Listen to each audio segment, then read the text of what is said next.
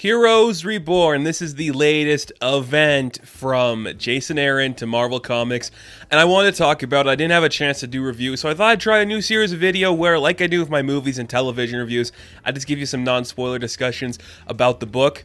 So at the time of this recording, issues 1 to 7 came out. Not the issue Heroes Return, I think is the last one, which is kind of like, not really the ending, just like setting things back to normal from what this event was.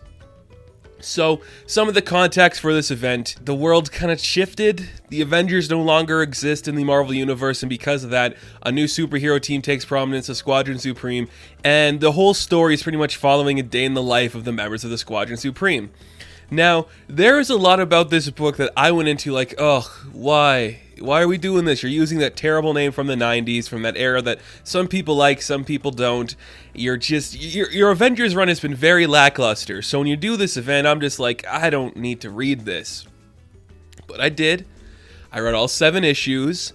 And I think this is a really good idea. Now, I won't say it's perfectly executed, but I enjoyed every single issue. I think every moment it tried to portray and go for worked really well. The idea alone, let's get rid of the Avengers and see what the Marvel Universe looks like, is a great thought experiment. But an even greater one is let's turn the Marvel Universe into the DC Universe. Now that is exactly what happens in this book, and that to me is such a fun idea. If you didn't already know, the Squadron Supreme was a knockoff, rip-off, homage, pastiche to the Justice League. That's how they were invented, that's why they exist.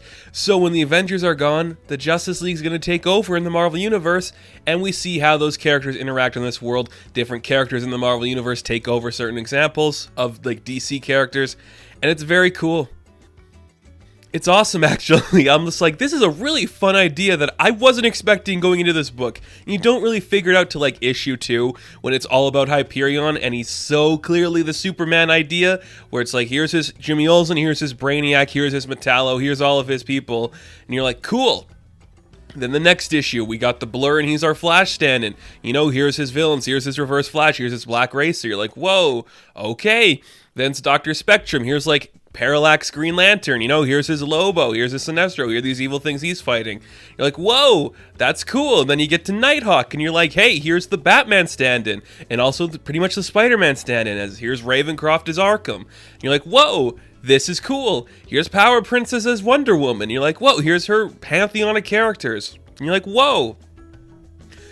And you're like, this is brilliant. Like, I wasn't expecting it to be such a creative idea. Like, I don't think that's a spoiler to say that it's trying to homage those things. You're just like, this is really cool. It's a really interesting concept that only like a really talented writer could take and make it work.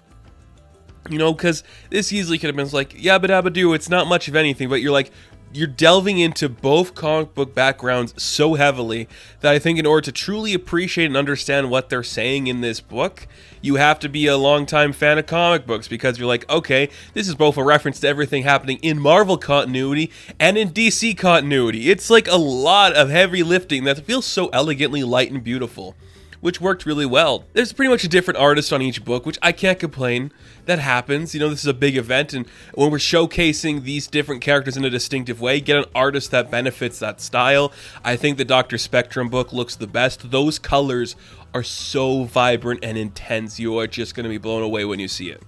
This is such a fun concept, and seeing the way Aaron can just show, like, I can do it both. I can do this, I can do that, I can bring it all together in a really cool story. But it still ties into his run on Avengers, which works really well. Kind of like the backup for each story is the event that's supposed to be moving forward with our heroes of the actual Avengers coming back to this world. Some people are going to be like, why isn't that the main story? But I'm like, I don't need to see that. You're doing a little fun thing here that I'm interested in seeing. Let's focus on this world. And this distinctive moments that just happen in these books are just so well created, well crafted, well executed.